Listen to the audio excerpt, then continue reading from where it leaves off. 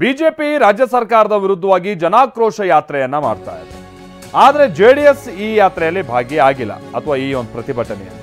ಹೀಗಾಗಿ BJP JDS ನಡುವೆ ಬಹಳ ಒಡಕು ಬಂದಿದೆ ಅನ್ನುವಂಥದ್ದು ವಿಚಾರ ಇತ್ತು. ಬಟ್ ನಮ್ಗೇನು ಒಡಕಿಲ್ಲ, ನಾವು ಜೆಡಿಎಸ್ ಪಕ್ಷವನ್ನ ದೂರ ಇಟ್ಟಿಲ್ಲ ಅಂತ TV9 ವಿಶೇಷ ಸಂದರ್ಶನದಲ್ಲಿ BY ವಿಜಯೇಂದ್ರ ಹೇಳಿಕೆಯನ್ನ ಕೊಟ್ಟಿದ್ದಾರೆ. ಜೆಡಿಎಸ್ ಪಕ್ಷವನ್ನು ನಾವು ದೂರ ಇಟ್ಟಿಲ್ಲ. ಸದನದ ಒಳಗಡೆ ಬಿಜೆಪಿ ಹಾಗೂ ಜೆಡಿಎಸ್ ಪಕ್ಷ ಒಟ್ಟಾಗಿ ಹೋರಾಟವನ್ನು ಮಾಡಿದ್ದೇವೆ ಸರ್ಕಾರದ ವಿರುದ್ಧ, ಕಾಂಗ್ರೆಸ್ ಸರ್ಕಾರದ ವಿರುದ್ಧ. ಸದನ ಮುಗಿದ ನಂತರ ಈ ರೀತಿ ಬೆಲೆ ಏರಿಕೆ ಆದಾಗ ನಾನೊಬ್ಬ ರಾಜ್ಯದ ಅಧ್ಯಕ್ಷನ ಕೈ ಕಟ್ಕೊಂಡು ಕೂರಕ್ಕೆ ಸಾಧ್ಯ ಇಲ್ಲ. ತತ್ಕ್ಷಣ ನಮ್ಮ ಪಕ್ಷದ ಎಲ್ಲ ಹಿರಿಯ ಮುಖಂಡರು ಚರ್ಚೆ ಮಾಡಿದೆ, ಇಲ್ಲ ನಾವು ತತ್ಕ್ಷಣ ಬೀದಿಗಿಳಬೇಕು, ಈ ದರಿದ್ರ ಸರ್ಕಾರದ ವಿರುದ್ಧ, ಕಾಂಗ್ರೆಸ್ ಸರ್ಕಾರದ ವಿರುದ್ಧ ಹೋರಾಟ ಮಾಡಬೇಕು ಅಂತೇಳಿ ಎಲ್ಲರೂ ತೀರ್ಮಾನ ತೆಗೆದುಕೊಂಡ ನಂತರದಲ್ಲಿ ನಾವು ಹೋರಾಟಕ್ಕೆ ಇಳಿದಿದ್ದೇವೆ, ಬೀದಿಗಿಳಿದಿದ್ದೇವೆ.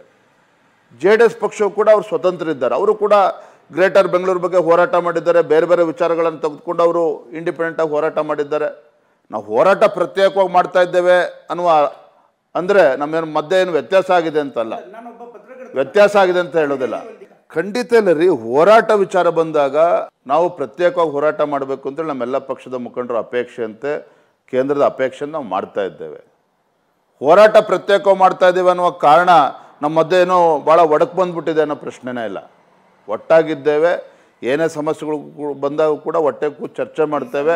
ಇತ್ತೀಚೆಗೆ JDS ಫ್ಲೋರ್ ಲೀಡರ್ ಇದ್ರ ಬಗ್ಗೆ ಅಪೇಕ್ಷೆನ ವ್ಯಕ್ತಪಡಿಸಿದ್ದಾರೆ. ಹೋರಾಟ ನನ್ನ ಜನಾಕ್ರೋಶ ಯಾತ್ರೆ ಮುಗಿದ ನಂತರ ನಾನು ಕೂಡ JDS ಮುಖಂಡರ ಹತ್ರ ಕೂತು ಚರ್ಚೆ ಮಾಡಿ ಅವರ ಅಪೇಕ್ಷೆಗೆ ತಕ್ಕಂತೆ ಯಾವ ರೀತಿ ಕೋಆರ್ಡಿನೇಷನ್ ಕಮಿಟಿ ಬೇಕು ಅಂತ ಅಪೇಕ್ಷೆ ಇದೆ, ಅದನ್ನು ಮಾಡ್ತೇವೆ, ಸ್ವಾಗತ ಮಾಡ್ತೇನೆ. ಅದರಲ್ಲಿ ಗೊಂದಲ ಇಲ್ಲ ರೀ.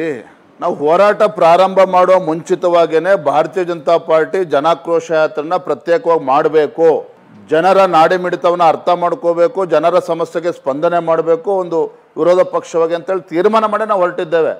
ಅದರ ಅರ್ಥ ಗೊಂದಲ ಇದೆ ಅಂತಲ್ಲ. BJP